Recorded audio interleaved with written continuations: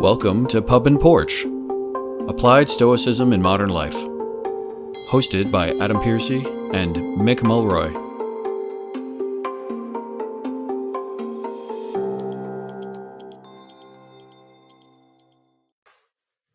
Welcome back to Pub and Porch, Applied Stoicism. I'm your host, Adam, with my co-host, Mick Mulroy here. Today, we were going to talk about a topic that I think is starting to hit home for a lot of people, especially for me, which is burnout and a Stoic approach to burnout, and also just maybe some of our own general experiences. This is what I would probably classify as the more applied episodes that we tend to do, which as Mick and I have definitely tried to talk about on the podcast, is a major goal for us, is the use of this stuff every day.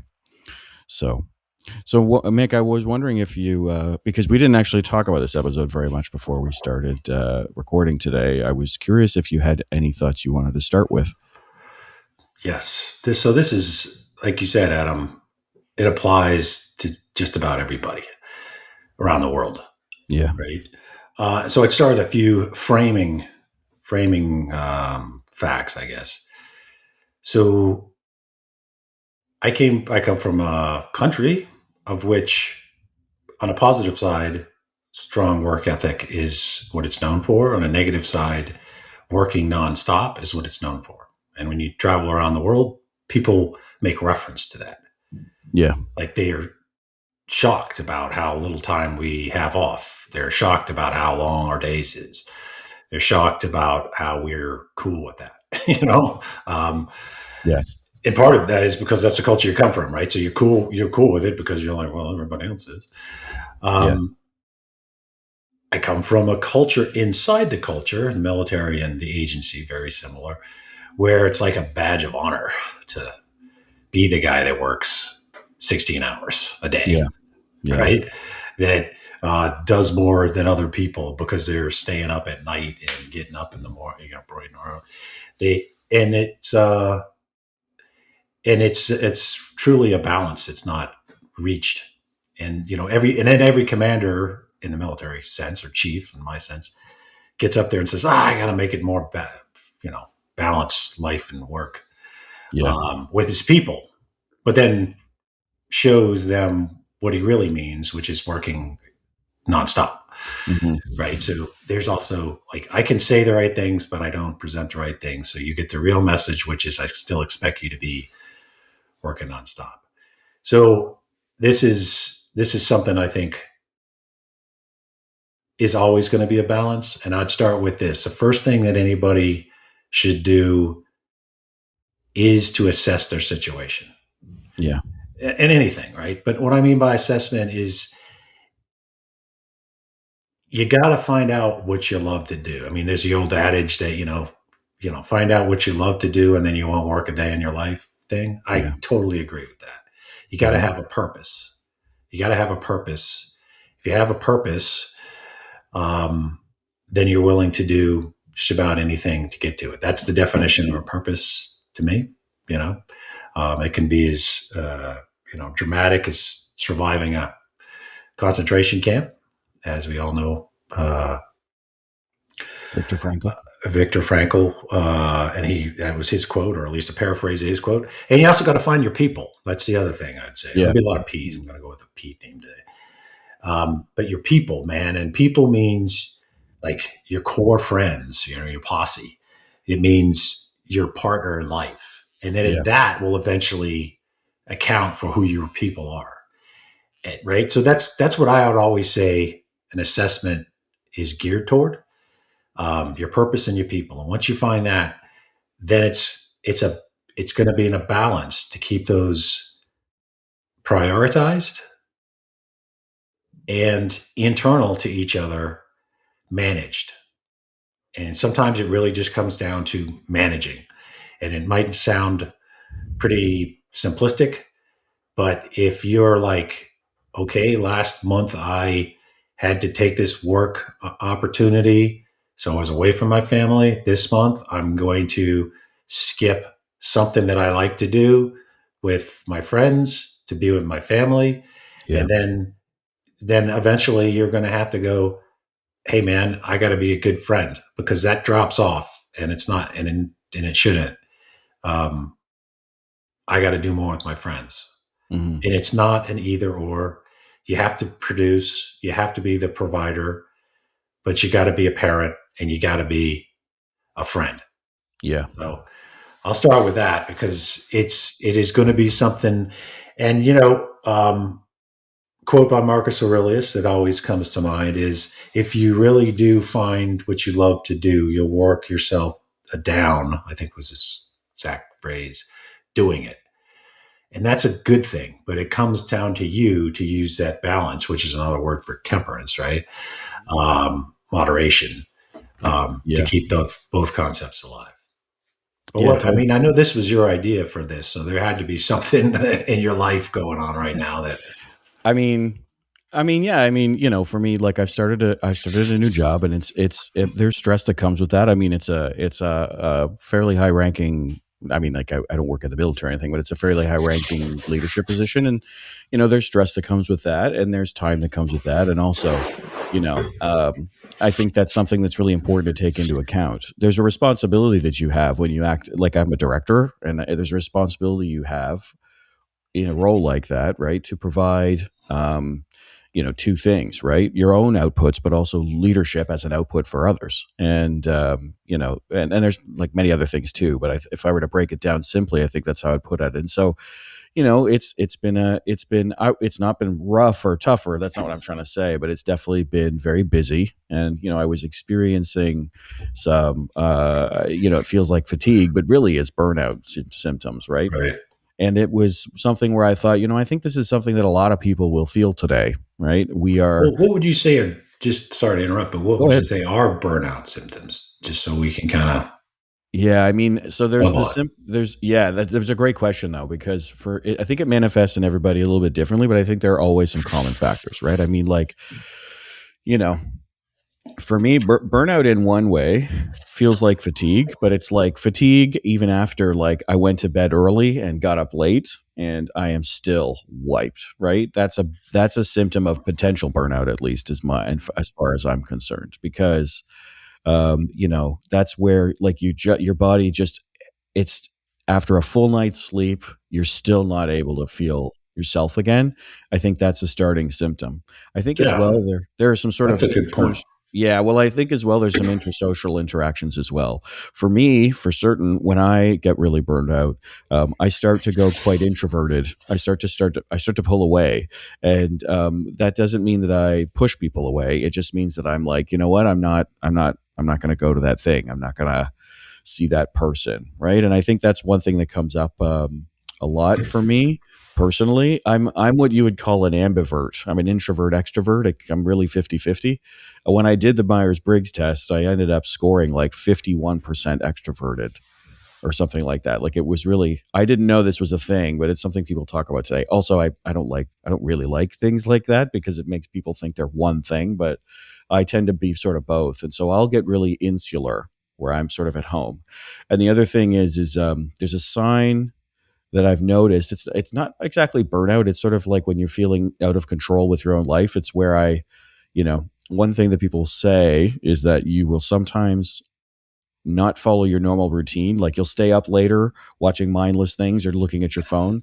It's a Hmm. subconscious way for your brain to make you feel like you are still in control, because you can be like, I don't have to go to bed right now. I could choose to go to bed later or whatever.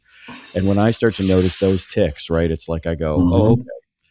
I'm reacting to this from the outside, this outside influence coming in, and that's how I do that. But I think in general as well, it's just like there's a feeling of disconnect because your brain is struggling to keep, your burning out is literally like your brain and your body is struggling to keep up with, like, the things that would normally feel regular, you know. So And do and you that think burnout is, and again to level it again, yeah, yeah. do you think burnout is simply doing too much, or is it out of balance? Like it's just all of one thing, or both? What? Yeah, I think that's a great question that we have to ask ourselves. To me, burnout is probably a mixture, but I think it can definitely be one or the other. Overextension, right, is one of those things where, like, if you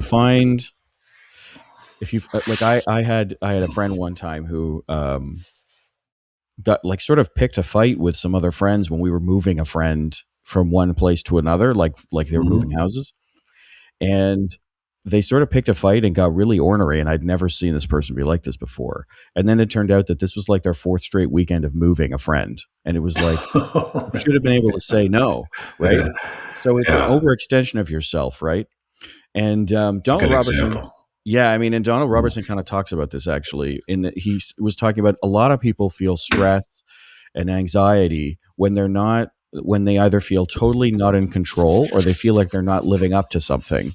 And so when you make the promise to do 4 weeks of moving people's houses, right, for different friends, you're not living up to. You might feel like I'm not living up to this because I'm moving really slow, or you feel like you're totally out of control, like I haven't had my own weekend in 4 weeks, right? So I think there's an overextension side of it, but I think there is a side of it that needs balance. Human beings, especially, like because we are a higher intelligent group of animals, right?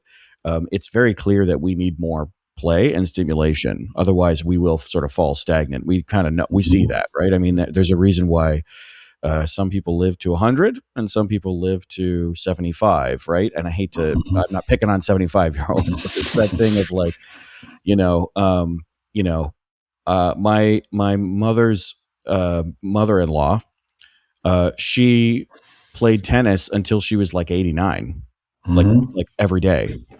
And it was that thing where you never really knew how old she was, right? And I think that's one of those things here is you have to balance it because so we're talking overextension, but you can also be doing fun things and that can also overextend you. It's really, I think, a balance thing. And so, that's one of those things for me. I want to talk quickly about your assessment thing though, because I think what I find very interesting is a lot of people say, I'm feeling burnout, but they don't seemingly take the action, I find a lot of the time. And I'd love to get your point of view on this because I remember a podcast. I've always remembered this podcast from Massimo Pigliucci when he was doing his daily podcast. It was about a 5-minute podcast back in the day. Back in the day, it's like 5 years ago. Feels like a long time ago now. But this topic kind of came up about what would a Stoic do if they were sick, or what would a Stoic do if they were burnt out, right? And I remember finding it interesting because, the standards that you would hear from standard responses you would hear from a lot of people, especially like Broics, right, would be like, well, you tough it out, you stand on your own 2 feet, you get up, you're a man, right? But in reality, Massimo said, well, actually, a Stoic would take the Advil, he would take the pill, he would take the nap, he would take the time off work to get himself right again. Like Stoics we are looking for personal toughness and resilience, but at the same time, we also use objective evidence to say, what's the right course of action here, right? Like if you have the flu, don't go to work. And that it was a very interesting concept to me because I think what some people need to kind of realize is that the assessment of yourself, like you said it, this is my opinion, and I'd really like your take on it. You were saying the first thing you need to do is you have to assess yourself. How am I feeling, right? But in many cases, I think a lot of people first have to get over the hurdle of doing the assessment. I don't know if you've ever thought about it that way. I work in engineering. I work in a field that's very parallel to yours, right? A lot of people from the military join the space agency afterwards, right? And the agency was built on essentially ex-military personnel. And it's the hustle culture, as they call it today, is really prevalent in that as well, because it's a very important job we're doing. But I feel like you're not even allowed to ask the question, and people feel like you're not even allowed to ask the question of like, how am I doing? What's your take on that? Because that's something that I think a lot of people don't talk about, is even being able to say, am I okay? Yeah. So when it comes to assessment, if you don't do it, nobody will. I mean, it's literally up to you, because if you have a job that you're a provider, and historically, obviously, men that's been our prime purpose, just to provide, period. And that's good. I mean, it's a good thing to provide. Doesn't mean that only men can do it, obviously, but so it's kind of ingrained in our head, and we all know that's true. Like if you're not doing that, then you're missing the mark. So I think you have to do your own assessment, because I am an introvert. So and it's important in the sense that people know this, not because you should be obsessed with what you are, but like the way you burn out is different than the way an extrovert burns out, or a person that's in the middle. Right. Right. Literally, extroverts, when they burn out, they want to be around people. Introverts is the opposite. So, like, it's when you're doing an assessment, there is, I guess, if you're looking at this, like, you've, identified an issue and you're kind of coming up with a solution, right? Yeah. The solutions are going to be different depending on what kind of the person you are. Yes. Right. So it is important in that regard that you identify what you lean toward. But you have to make that assessment, because if you love your job, they're going to see you love your job and they're going to want you around more. Yeah. Right. If they're a really good supervisor, he or she is going to tell you, don't you have a family? Why are you here all the time? But chances are they won't. So you do. You have to do it. And you have to be fair. You have to be fair, right? You might be, well, I think you're probably old enough to remember. You remember Jim Croce's Cats in the Cradle? Yeah. Yeah. I mean, if you don't know what the song's about, it's literally about this father who keeps telling his kid that he's going to spend more time with him, and then at the end it flips where the son's telling the elderly father, he wish, later I'll spend more time with you. It's a pretty impactful song, right? I mean, songs are usually about people breaking up or something, but that was this is a pretty meaningful song. And if you haven't listened to it, I think it's been covered a couple times and redone. So don't be that guy. Don't be that guy. Right. Yeah. I mean, if we had a whole series on parenting. We did. First thing about parenting is you got to show up. Yeah. You got to show up. I remember I had a friend who his father was a professional basketball player, but he never met him. Right. But he was an exceptional athlete. Yeah. Where you could just tell, like, okay, he was track star, football star, basketball star. Mm-hmm. And there's another guy that was I played basketball in high school. Another guy that was on our team who, he wasn't physically great, but he was just as good. Oh, right. His dad was the coach. Mm-hmm. You see what I mean? And his dad wasn't a professional basketball player. His dad was a short, kind of chubby guy, right? Yeah. And I remember my other friend, who's since deceased, saying, we're just as good. I had the physicality, but he actually had a dad. Right. So, think about that, right? Well, yeah, and I think when you look at this idea of providing, right? So think about it in two different ways. In some ways, I'm talking to our listeners, but like think about it in two different ways: providing as a parent, we'll say, or providing as a leader in a workforce, right?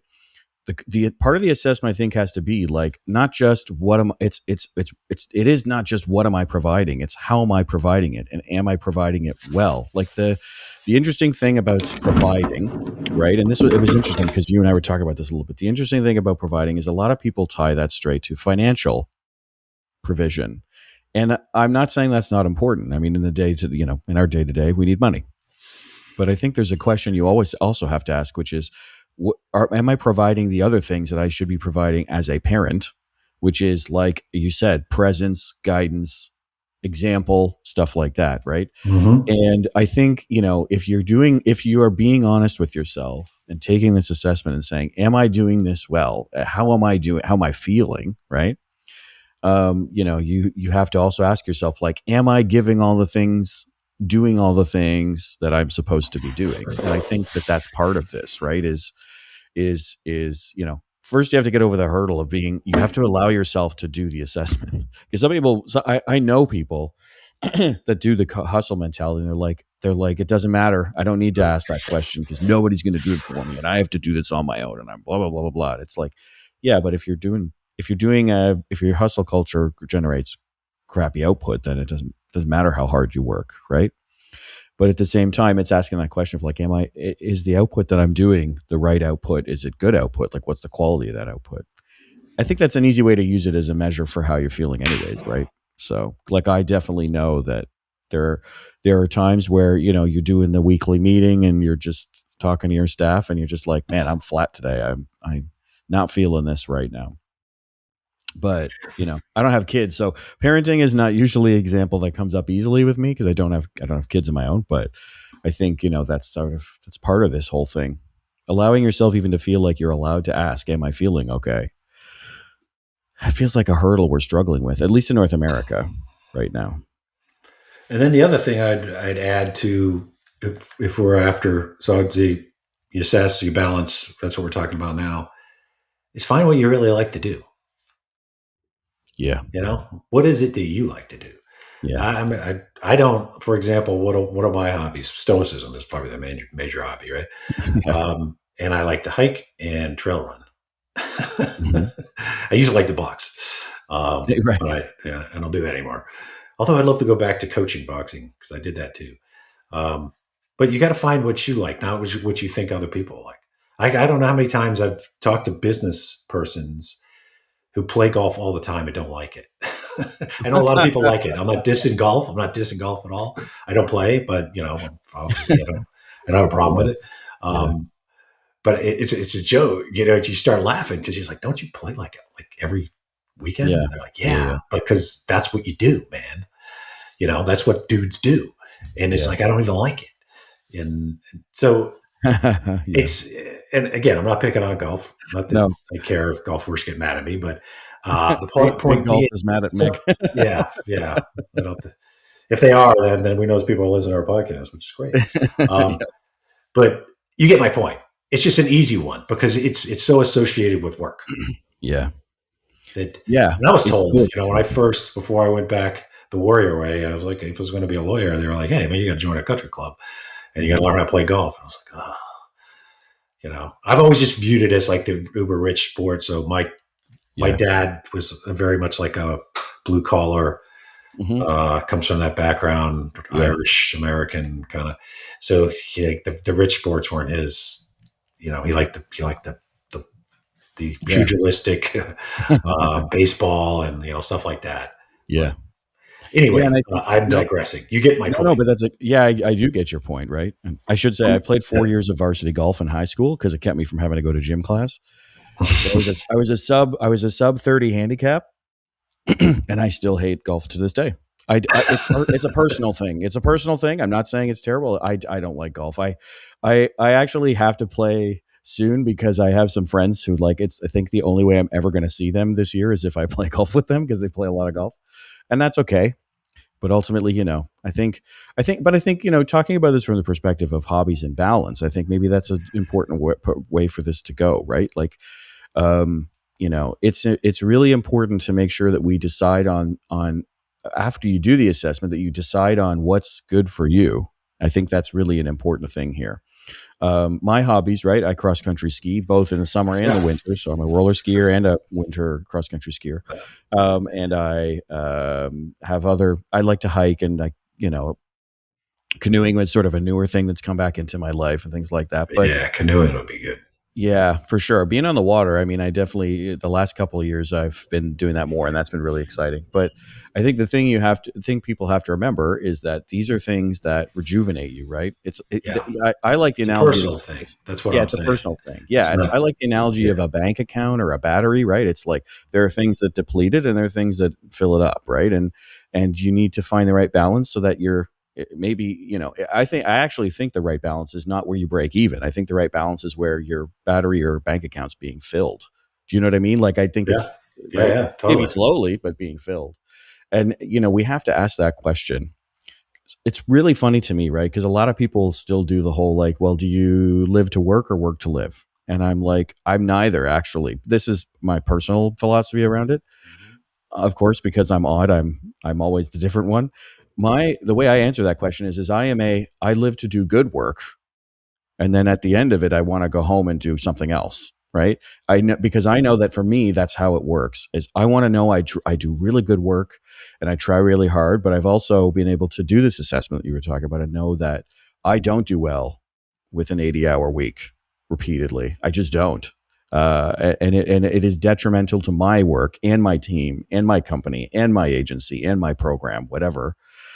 When I don't take into account the fact that I really want to do good work at work, but I have to shut off the laptop at some point and fit that in. Right. And I want to do a shout out to Ryan Holiday quickly, because there's in engineering, just go with me on this 1 second. In engineering, there's this thing they call the iron triangle, right? Which is good, fast, cheap. You only get two. It's either good and fast. It's made good and fast, and it's not cheap. It's either good and cheap.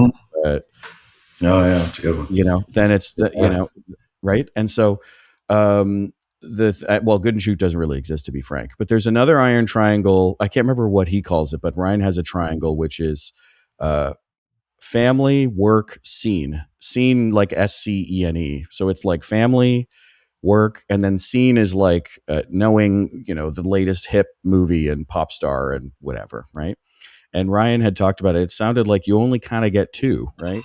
And I'm actually not disagreeing with that, but I think it's more like, for me, that triangle is probably more like work, family, and then the other one is like personal, like what you need. Maybe you have to find the right balance between those three, where you can do those things for yourself to rejuvenate yourself, where you can still be providing for work and still be providing for your family in the ways of more than just with money.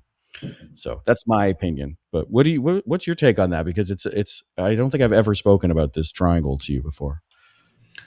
I think it really does come down to the balance that we're talking about. So the way I would add to that is that every so often, to go with my P theme today, you got to purge. Yeah. You got to purge stuff, right? You can be half-assed at everything. Seriously. Yeah. Most people can't be great at everything, and nor would they have time to. So you have to purge. So you have to like go through and say, okay, that's why I was saying your purpose and your people. You got to figure out who your people are. You can't be friends to everybody, or you be bad friends to everybody. Right. So, and it's not you just have to pick. You're really going to have to pick. Like, these are my people, and what I include people I always have is obviously family, but it's the family you choose, right? So it's your friends can be, and nowadays, especially in now modern society, your friends can be closer than many people that are actually in your family, and that's just what it is, it, right?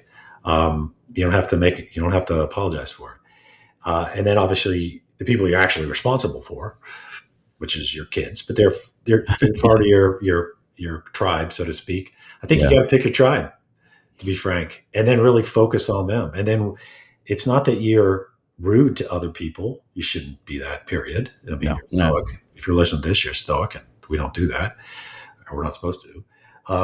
But you can't like answer everything on social media. You can't meet everybody for coffee.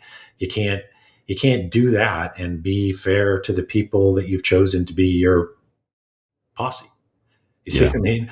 Yeah. So, and that's work. It's a near constant thing. You have to be, earlier said in meditations too. I think it's a very used quote is, don't be all about business, right? You gotta be present for your whole life. Yeah. And here's the thing that, for the younger folks in the audience, you retire one day. I'm retired. I mean, I still work every day, but just so everybody gets it, like your primary occupation, wherever it is, one day you're going to walk out of there and you're going to be replaced immediately. Don't get offended by it. Don't get offended by it. That's how society works. You don't want society to fall apart just because you decided to move to, right. the mountains of Montana. It is good. So you need to set up the next generation for success. Yeah. And then be very comfortable with the fact that you did the best you could. You rode hard, and now you're not. And you'll find out that in a good way, you'll be replaced, and you'll want to know that you balanced it your whole life, and you'll find out. That's your report card day. Yeah. That's your report card day when you retire. Yeah. Who reaches out to you and who doesn't? Who do you know? What do you do? That's your report card day on whether you passed the B part of the balance test. Oh, totally. And I mean, there's that joke you'll see I can't remember if it was a meme or where I saw it, but where it's like, somebody's gravestone, right? It's like, I wish I went to more meetings. I don't know that anybody will ever say that. Right. And, I'm trying to get out of meetings. No, but it is that interesting kind of situation where people are losing sight of the bigger picture, I think, for the small thing that's in front of you. And that's pretty common, I think, especially like in hustle culture. It's always, people will sort of, it feels like people will wear this badge of honor. It's like, this thing went wrong and I dropped everything and fixed it in 5 minutes. And it's like, well, what happened to everything else? Right. And, Mhm. I think that's part of this whole thing. I get to this point sometimes with the burnout stuff too, where I try to remind myself many things that I wonder if you've ever thought about this since leaving the service, for example, which is like, I am not a fighter pilot. I am not an ambulance driver. I am not in combat. Like, I don't have to make these split second decisions, and I don't have to put myself in a position where I have to make these things happen in the next 30 seconds. And therefore, I have to drop everything all the time and take on all that stress. And I think a lot of people lose sight of the fact that like we are not in these split decisions a lot of the time. Now, you and I both know we have lots of members of the military who listen to us, and I don't want to discount their experience because they have those experiences, right? But I think what I'm really trying to say is people have to understand the context of where they are, and make sure that they understand what needs to be done now, what do I need to do now, and what do I need to do now for myself so that I can support this in the future. And I think that's kind of what it is. I like, being living in a big city and driving around, right? Like people will honk at you like at, as soon as the light turns green, like Yeah, literally. yeah, yeah, yeah. And Even I'm in like, Canada, really? yes. Okay. Remember, Canadians are really nice until we're not. But you're right. It is a thing. In fact, it happened to us yesterday. And I was just like, we were in this little town. I was visiting some family out of town, and we were in this little tiny town of like, maybe 100,000 people at most, right? Or sorry, that is a city, but it's like it was a small town feel. And Mhm. someone honked. It's like Saturday afternoon at 3 o'clock. This person's honking, and I'm going, all right. And they were really laying on it, and I was just like, okay, Really? where are you going? Like where, like, so, like if you do need to get somewhere, I don't know everybody's experience, and I hate to be judgmental about that, but at some point you're just like, well, it's not an unmarked police car, it's not a police car, it's not an ambulance, you're not a fighter pilot, you're not an astronaut on the ISS, right? You just don't, you're taking on a lot of stress for no reason, right? And I think that's part of the assessment thing too. It's like, Yeah, that's a good point. am I in the right mindset for here, right? If I take the blinders off for 3 seconds and look around, like I have a home, I have food in the fridge, I have the books that I love, I have a cat that I rescued, I have family that cares about me, I have friends that I love to talk to. And, you do kind of go, I probably don't have to freak out about this, not to, office space, office space, my TPS Mhm. report, you know what I Yeah, mean? yeah, that is a That great just does movie. yeah, but it just doesn't really, you know what I mean? But and in fact, we're kind of talking about this, right? It's like so many people take on this hustle culture, and there are things you do Yeah. have to hustle with sometimes. But there's Yeah, yeah, yeah. hustling to get it done, and there's hustling like I'm up till 5:30 every morning for 5 weeks to get this thing done, and we've all had the deflating. Anybody, a lot of people in the private sector have that deflating thing where you then deliver that thing, and someone's like, "Great, Here's your next thing. yeah, exactly." Yeah. Yeah. Hey, and it's like, look, I come from the culture, and I think there's a lot of benefits from people who work really hard and have that like work ethic. I'm a big proponent of instilling a work ethic in Totally, young people. So, I mean, this is about totally. balancing it, because if you don't, you won't make it to the end of the race. Think of it Yeah. that way. Yeah, yeah. Really won't make it to the end of the race. You're going to burn out. This is what the Yeah. whole episode's about, is not burning out. Sometimes you got to. Yeah. Sometimes it's like, I'm sure it happens in the space program, but if you're in the military, for example, and you go to war, well, it's all hands on deck, literally, right? So Yeah. I was just looking over my shoulder. For those that are watching on YouTube or something, I'm in a different room because my friends are coming to go to the concert that if you walked a mile through that woods, You'd you'd be get right to. in front It's of. on a ranch. It's on a ranch that way. Anyway, so I had to move rooms because we want to give them the bison room. But I just noticed this is one of my dogs are like celebrities in the Mulroy household. So this is Sarge. Is one of our dogs we had a long time ago. He's half pit bull, half German Shepherd. So Mhm. super. But I was gone so often that I barely knew Sarge. They got him when I was on deployment. Literally, I was talking to my wife and she was like, I'm trying to get the dog to stop barking. I'm like, what? And then she's like, oh, he's scratching a hole in the floor. I was like, what floor? He said hardwood floor. And I said, I thought you were going to say, like, we have a dog. And I was like, we got a hardwood floor? She goes, yeah, I got a hardwood floor. And I said, whose dog is it? She goes, oh, it's ours. Like, we got a dog, which was great. But anyway, so when I came home, and this is just a short story, but I think it illustrates like when you realize, I'm going upstairs. My kids stayed. It's kind of like you go up to a loft and their bedrooms on both sides. And I didn't know this, but Sarge would sleep in one or the other room, and then usually would come to the top of the stairs just to stay there, right, to guard him. Sure. German Shepherd, right? So if you ever want a dog that'll guard your kids forever, nonstop. So I'm walking up to see him because I got home late. And so I'd been gone for like 5 months. Ooh. Yeah. And so I run up the stairs, not thinking, hey, there's a dog in here now. And this dog launches. Like it launched. Like it was coming out like my throat. Right. Wow. So he hit me. We rolled down the stairs. Mary Beth comes out. She's like, oh, that's Pop. And the dog's like, that ain't Pop. I don't know this dude. Like he's going down. So then he realized, the relationship thing. And I don't know, maybe they could smell your scent on the kids and stuff. Yeah. Anyway, long story short, I was like, I'm going to make this dog my buddy. Because I was pissed at first, but then I was like, this dog has been playing my role. Yeah. For the last 5 months. Right. It makes you think about it. So, obviously, if you listen to the podcast, you know what I think about dogs. So we became the besties, and Sarge traveled with us all around the world. But the point being is it does wake you up. It does wake you up that you can't just do one thing and have a balanced life. Yeah. You can't just expect others to make up for you. You got to be there. You got to do the thing that makes you the dad or the partner in work, or partner in life. Yeah. Right. Totally. And I want to tell a story from the space program that's kind of famous, but I think is important to talk about here because so many people, especially with the current, the real hype around the space program with Artemis 2 going really well and Artemis 3 team is announced and all that. And I'm so excited for all of that. Everybody is. Me too.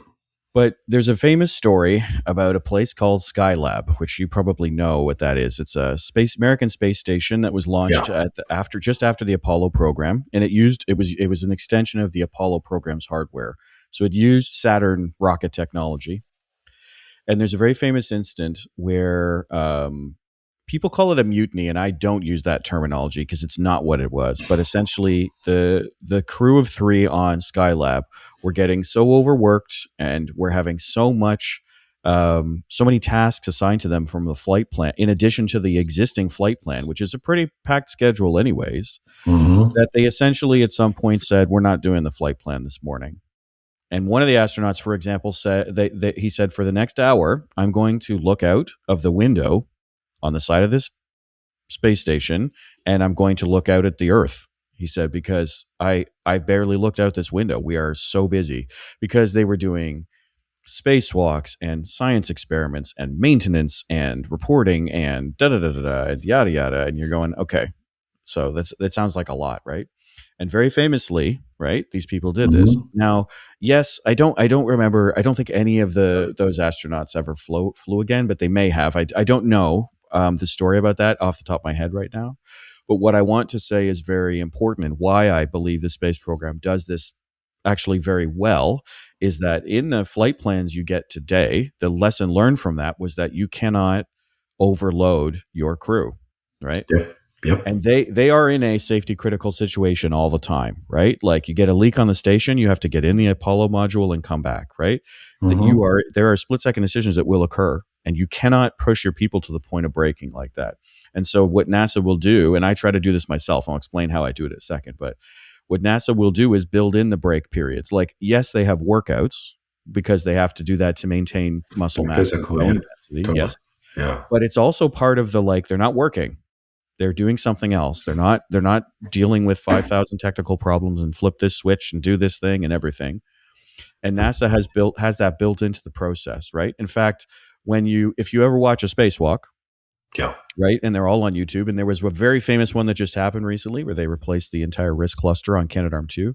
Totally recommend watching that. It's incredibly. I actually haven't seen the spacewalk yet because I was out of town, but it's an incredibly interesting situation because like you're essentially repairing a robot in space that's 25 years old, right?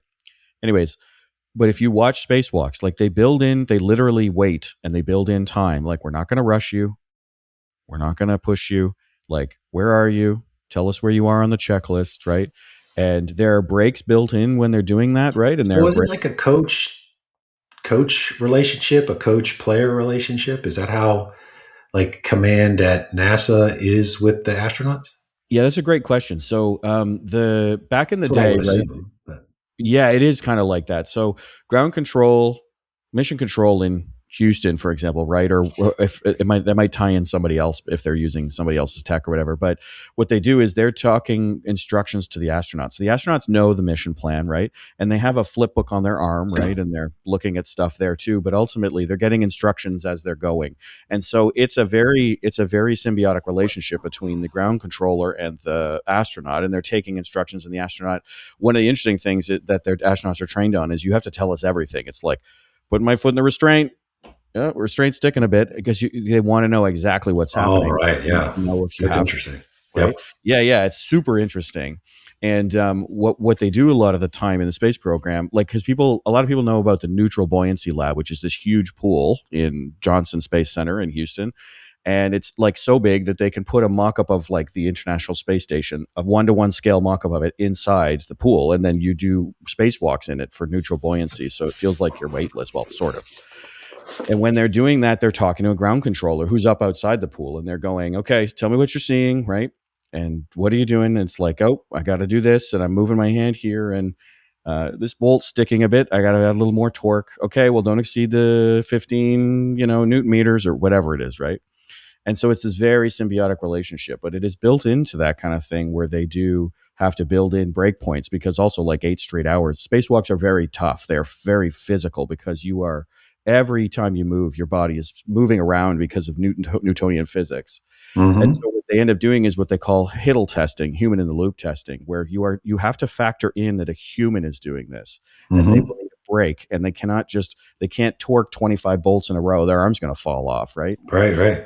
So they build that into that. So that's a very extreme example, and I really urge people to like understand this kind of thing because I literally took that as a lesson when I started at Burnout the first time I joined the space program, and I started building in time in my schedule just to do my own thing that I needed to do.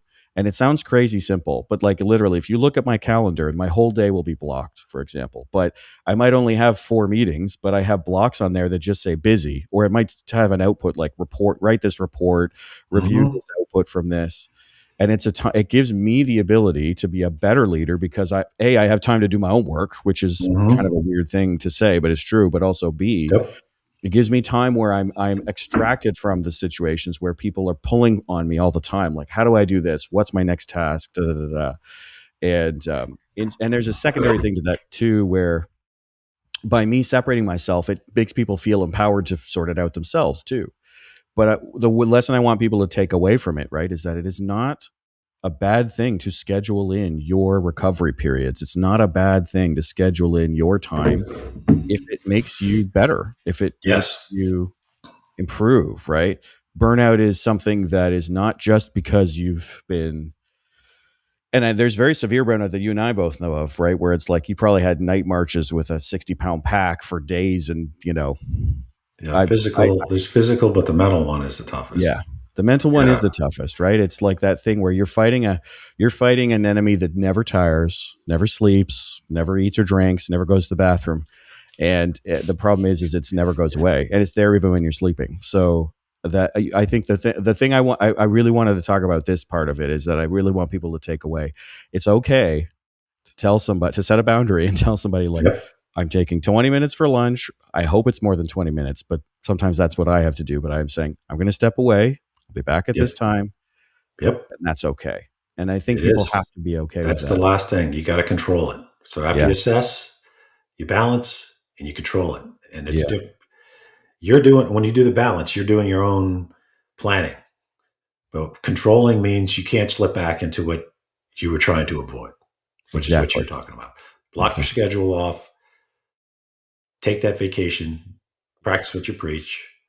I don't ever take vacation, so I obviously don't do that. But um, yes, You I have agree time with that you. you set aside to talk to me for this. Like I you and do. I both. Yeah, yeah. This in some way is a part of a therapy for us, right? So Yeah. This is my hobby. I have yeah. a lot of friends. Most of their hobbies is hunting, which I don't have a problem with. I'll go with them. But this is my hobby. Right? It always has been. Yeah. And I think those are Anyway, great things people take away. that was really interesting. I like when you bring in the space program because I'm a geek, I try. not a geek, but a space geek. Yeah. I'm But we're fascinated by it. But yeah. that's to think about. That would be one of those. What I'm thinking about, like one of those few situations where you have all these people that are focused on such a small group of people in everything they do, Yes. and it would seem like it'd be a very easy to overtask them because so many people want them to do Overtasking. their thing, right? NASA really invented the term overtasking, really. They were Yeah. the ones who identified it because they had astronauts who were struggling to move around outside because they were so exhausted. Mhm. So Yeah. anyways, we should wrap up and for today, just because of timing and everything. But I really enjoyed today's conversation. I appreciate you letting me bring that on as a walk on for this week because it's something that I think is very important today more than ever because of so many things that are happening. But for those of you out there, service people, people in the private sector, people in the space program, anybody who's listening, we want to say we hear you on Burnout. We'd love to hear from you. So info@pubandporch.com or leave us a comment. Like and subscribe, all the fun things from a podcast. But until the next one, cheers, Mick. Sláinte, Adam. Thank you for listening to the Pup and Porch podcast. If you'd like to find out more about the podcast or its host, head over to pupandporch.com, and you can listen to all our episodes on Spotify, Apple, or whichever platform you prefer. And if you'd like to help out with the podcast, you can find us on Patreon. Drop us an email if you have a comment on any past episode, you have a suggestion for future episodes, or you have an essay on an important topic for Stoicism. Send it to us, and then we can be reached at info@pupandporch.com. Until next time, Pup and Porch out. Today's music is provided by Heath Cantu from epidemicsound.com.